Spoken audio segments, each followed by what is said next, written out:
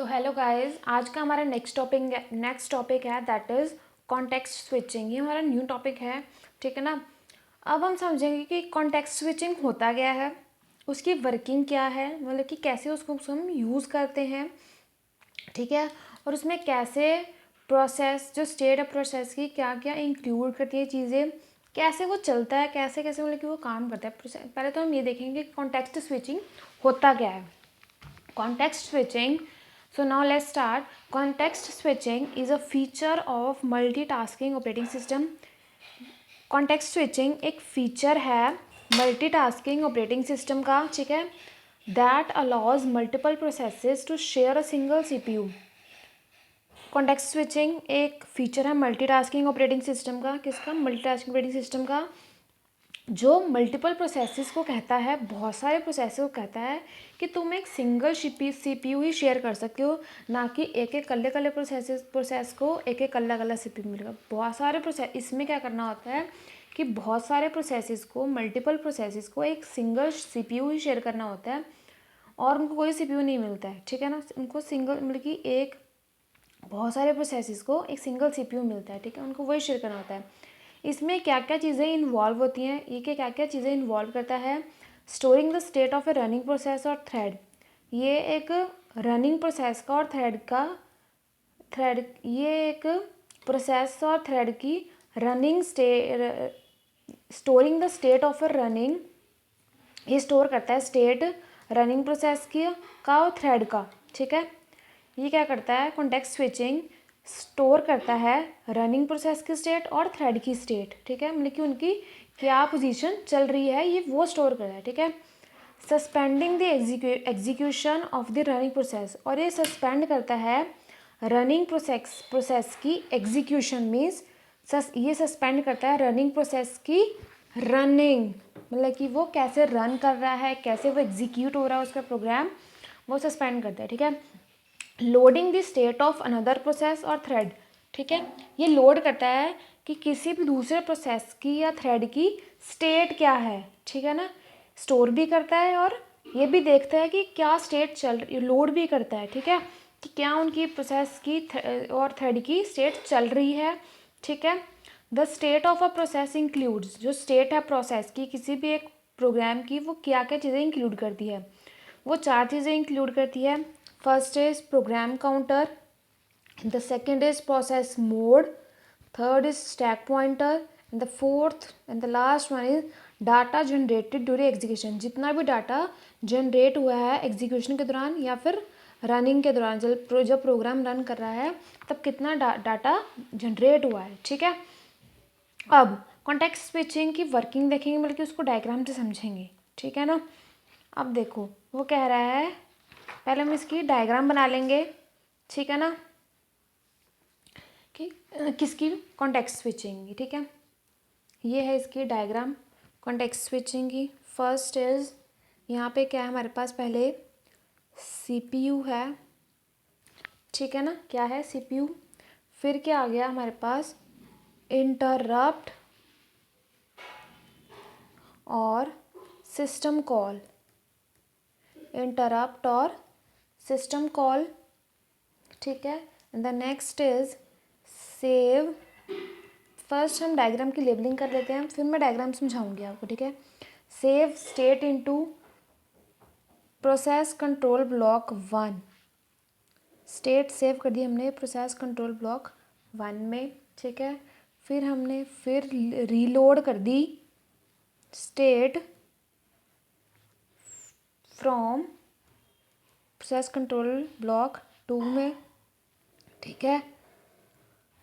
फिर क्या हुआ? फिर इंटरप्ट आ गया,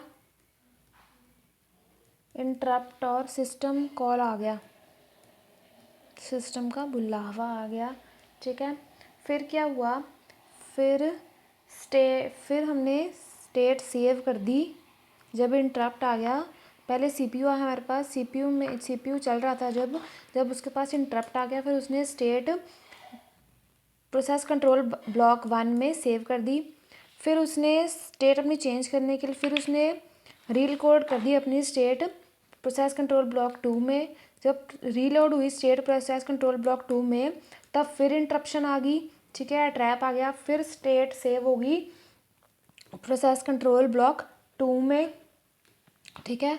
जब स्टेट सेव हो गई उसके बाद कुछ आ गया, उसकी वजह से फिर रीलोड होगी स्टेट प्रोसेस कंट्रोल ब्लॉक 1 से, ठीक है, ठीक है।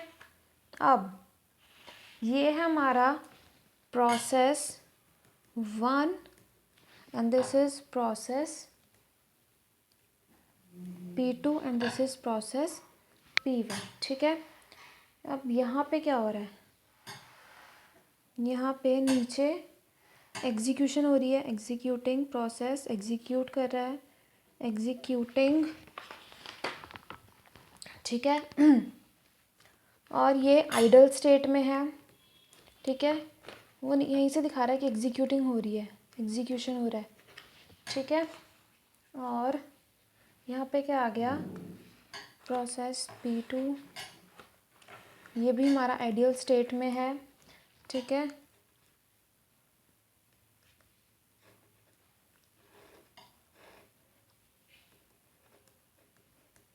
यहाँ पे भी एग्जीक्यूटिंग हो रही है, एग्जीक्यूशन हो रहा है प्रोग्राम, ठीक है ना। ये हमारा प्रोसेस P1 और ये हमारा प्रोसेस P2, ठीक है। अब ये कह क्या रहा है, अब हम इसमें पहले इसमें से समझेंगे वर्किंग, कॉन्टेक्स्ट स्विचिंग की वर्किंग हो कैसे। Initially the P1 is running on the CPU to execute its task. वो कह रहे हैं कि जो P1 है, P1 प्रोसेस है, वो एग्जीक्यूट हो रहा है, P1 इस process is running on the CPU। जो P1 प्रोसेस है वो एग्जीक्यूट कर रहा है अपना टास्क, ठीक है ना, CPU पे, and eight the same time P2 is in ready state, और उसी टाइम पे P2 क्या है, रेडी स्टेट में है, ठीक है। वो कह रहे हैं कि जब प्रोसेस P1 है वो एग्जीक्यूट कर रहा है CPU में, उसी टाइम पे जो प्रोसेस P2 है वो भी क्या है, इन रेडी स्टेट, वो भी रेडी स्टेट में है। जब प्रोसेस P1 CPU पे अपने प्रोग्राम को एग्जीक्यूट करवाने लगा, उसी सेम टाइम पे जो प्रोसेस P2 है वो भी रेडी स्टेट में तैयार हो गया, वो भी रेडी स्टेट में आ गया, ठीक है। नेक्स्ट, इफ़ एन इंटरप्शन अकर, जब इंटरप्शन हुई, पैदा हुई प्रोसेस पे, ठीक है, जो प्रोसेस P1 है उसने अपनी स्टेट को रनिंग से वेटिंग स्टेट में चेंज कर दिया, ठीक है। क्या हुआ, जब इंटरप्शन अकर हुई, ठीक है, तब प्रोसेस P1 ने अपनी स्टेट को क्या किया, रनिंग स्टेट से वेटिंग स्टेट में चेंज कर दिया। किस में चेंज कर दिया, प्रोसेस P1 ने जब इंटरप्शन आई तो अपनी स्टेट को रनिंग स्टेट से वेटिंग स्टेट में चेंज कर दिया, ठीक है, वो वेट कर रहा है अभी, ठीक है ना। फिर क्या हुआ, before changing the state on the process 1, जब चेंज हुई स्टेट प्रोसेस 1 की, context switching saves the context of P1 in registers. जब तो तब कॉन्टेक्स्ट स्विचिंग ने क्या किया, उसका जो कॉन्टेक्स्ट था P1 का, ठीक है, वो कॉन्टेक्स्ट स्विचिंग ने रजिस्टर में स्टोर कर लिया, सेव कर लिया, and the PC to the process control block 1, और जो उसका प्रोग्राम काउंटर था, मतलब कि PC था, वो प्रोसेस कंट्रोल ब्लॉक 1 में सेव कर लिया, ठीक है ना।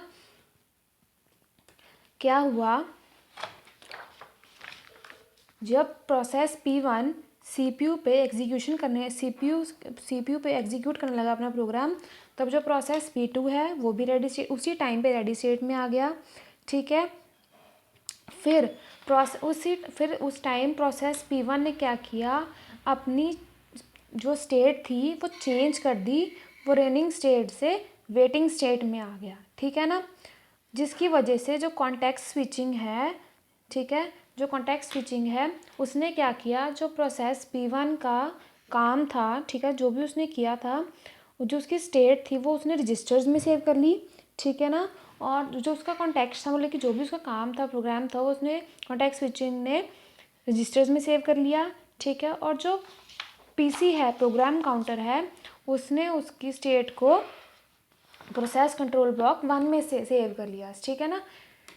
उसके बाद क्या हुआ, after that it loads the state of process P2। उसके बाद क्या हुआ, उसने प्रोसेस P2 की स्टेट लोड की रेडी स्टेट से, ठीक है, of the process control block 2 to the running state, ठीक है। इसमें क्या हुआ, after that it loads the state of P2 from the ready state of process control block 2। उसने लोड की स्टेट P2 की प्रोसेस कंट्रोल ब्लॉक 2 से, ठीक है, रेडी, जो कि रेडी स्टेट में था, टू द रनिंग स्टेट, फिर वो रेडी जो वो भी रनिंग स्टेट में, ठीक है ना। फिर क्या हुआ, van switching from P1 to P2, जब ये स्विचिंग चल रही थी P1 से P2 में, तब कॉन्टेक्स्ट स्विचिंग को, तब क्या किया, कॉन्टेक्स्ट स्विचिंग ने सेव कर लिया कॉन्टेक्स्ट P1 का PC में एंड रजिस्टर्स में to the PCB which is in its running state, जो कि रनिंग स्टेट में था। उसको हम प्रोसेस कंट्रोल ब्लॉक 1 भी बोलते हैं, ठीक है। Process control block is updated to P1, जो प्रोसेस कंट्रोल ब्लॉक है वो अपडेट हो गया प्रोसेस P1 में and moves the process to the appropriate queue, और वो जो प्रोसेस था वो एप्रोप्रिएट क्यू में चला गया, ठीक है, such as the ready queue, जिसको हम एप्रोप्रिएट क्यू मीन्स, जिसको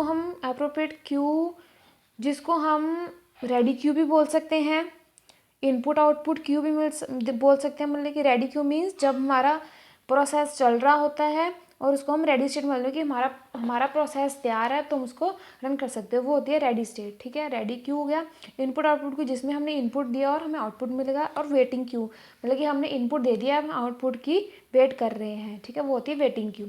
अ process gets into the running state, जो प्रोसेस है वो रनिंग स्टेट में चला गया, और we select a new process from the ready state, और हमने एक नए प्रोसेस को सिलेक्ट कर लिया रेडी स्टेट में से, which is to be executed, जिसको हमने एग्जीक्यूट करवा दिया, मीन्स रन करवा दिया, और the process with higher priority to execute its task, और जो प्रोसेस था जिसकी हायर प्रायोरिटी थी वो अपना टास्क रन कर रहा है, वो अपना टास्क रन कर रहा है, ठीक है ना। We can call it process P2, उसको हम प्रोसेस P2 बोलेंगे, ठीक है।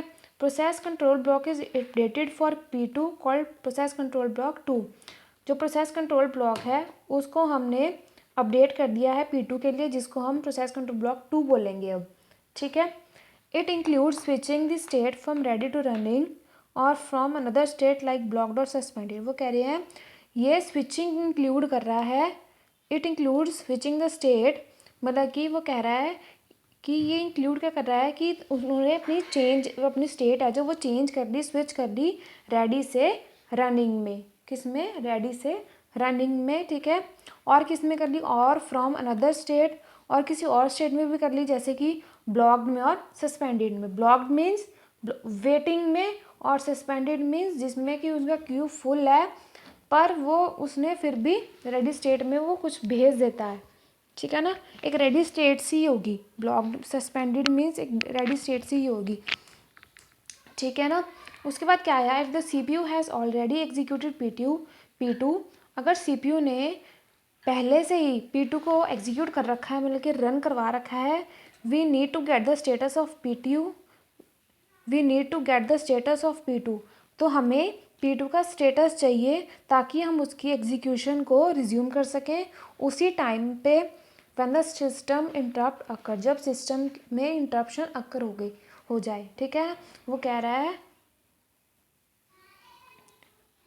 अगर CPU ऑलरेडी एग्जिस्ट कर जाए P2 में, we need to get the status of P2 to resume its execution at the same point with the system interrupt occurs, ठीक है। ये थे हमारा कॉन्टेक्स्ट स्विचिंग।